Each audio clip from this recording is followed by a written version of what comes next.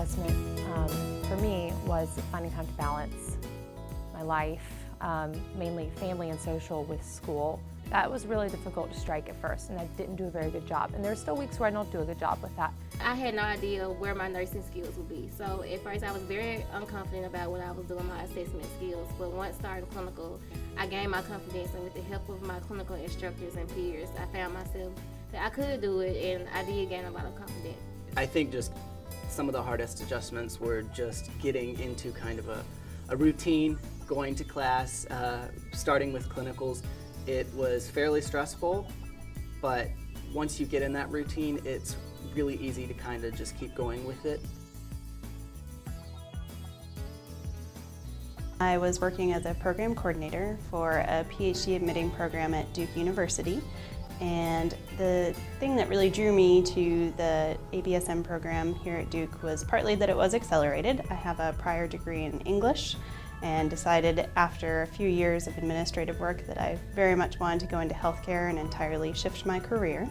And so it was appealing that I could do a 16-month program and then get back out into the working world and really start doing what I wanted to do, which was to be a nurse. And also I just heard amazing things about the program, and when we came to Duke Days, I noticed there was a really personal feel.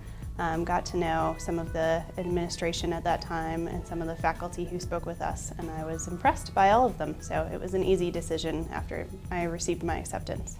Duke it had a wonderful program, had a lot of, they're one of the top ranked schools in the country, and I like that they work directly in connection with the Duke hospital system.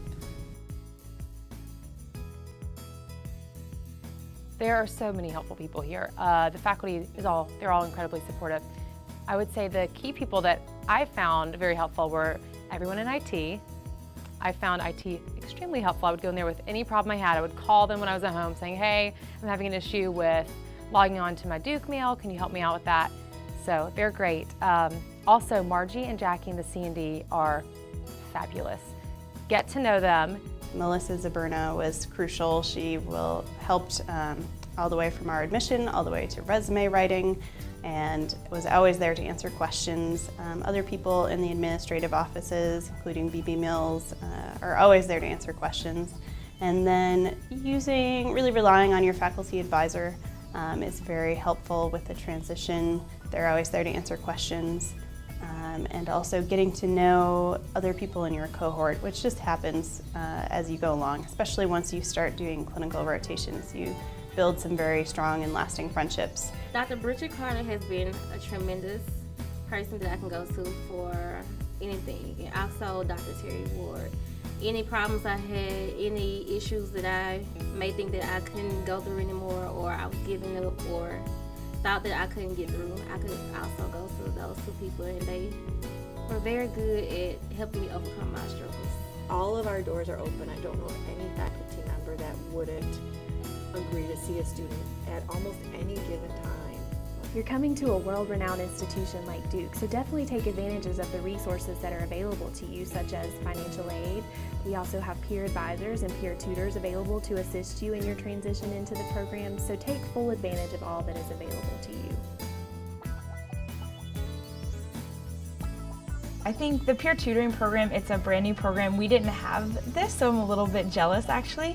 But in some of the tougher classes that people may find, patho or pharmacology, there is an opportunity, in any class actually, not just the difficult ones, but an opportunity to get tutoring from cohorts above you and students who've been in those shoes and know kind of the rough patches and can give you some guidance, which I think is incredibly helpful. And the feedback that I've gotten as a tutor has been all positive. So don't be afraid to reach out for help.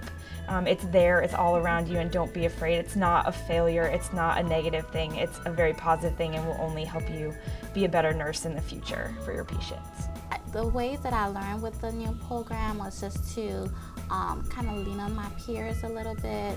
I made some friends through the Madden program that I was in the summer.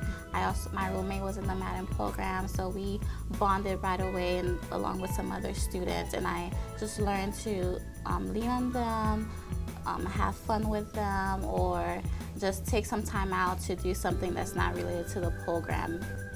The semester usually starts out pretty good as long as you keep thinking in terms of one day at a time, at a time, and that's what I always advise to my students, is it's great to map out all the assignments and where the exams are in the whole semester, but you want to stay focused on what needs to happen this week. We also want to make sure that students know that they are fully supported at the School of Nursing, and also with the Duke University community at large. So we want students to always reach out to us for any support that they need as they adjust into the program. As much as they can get involved in student organizations, student life, I think that will help as they start to build that sense of community. As you grow as a person later too, your path might change again, and nursing as a whole welcomes that, and you will always find a new place and a new niche for you as you evolve as a person. So that's been that's been how I've evolved. I discovered I had more interest than I ever thought. Once I got close to ending the program, I was really open to a variety of different positions, and there are very few I would cross off my list. I found I have a love for pediatrics, which is actually not where I'm starting, but that's okay, and that really surprised me. I also traveled to Tanzania for our community health rotation and worked with children there, which was where I started to learn to work with kids and work with that population, and discovered that I have a passion for community health and working with underprivileged populations and people who have limited access to healthcare. I would have said pediatric oncology, but always come in with an open mind because now I'm thinking neuro ICU. So who knows? I really like them all, so it kind of makes it difficult, but also it's nice to have a lot of options. Take the time you have in the first semester, absolutely. Feels like you're overwhelmed, feels like you can't make it through, but there's a lot of free time to take advantage of that time. Spend it with your friends, spend it with your family, your spouse, whoever that is, and really enjoy that time because it does get really busy. Mm-hmm. And then from the semesters there forward, just take it day by day and know that you can get through, and depend on your classmates and your family for support. It's tough, but it's worth it. To really enjoy the moment, because you can get so lost in the stress and the craziness of the program, to really take time for yourself, take a step back and realize what you're going through is amazing and you have an amazing career set up in front of you. Push yourself.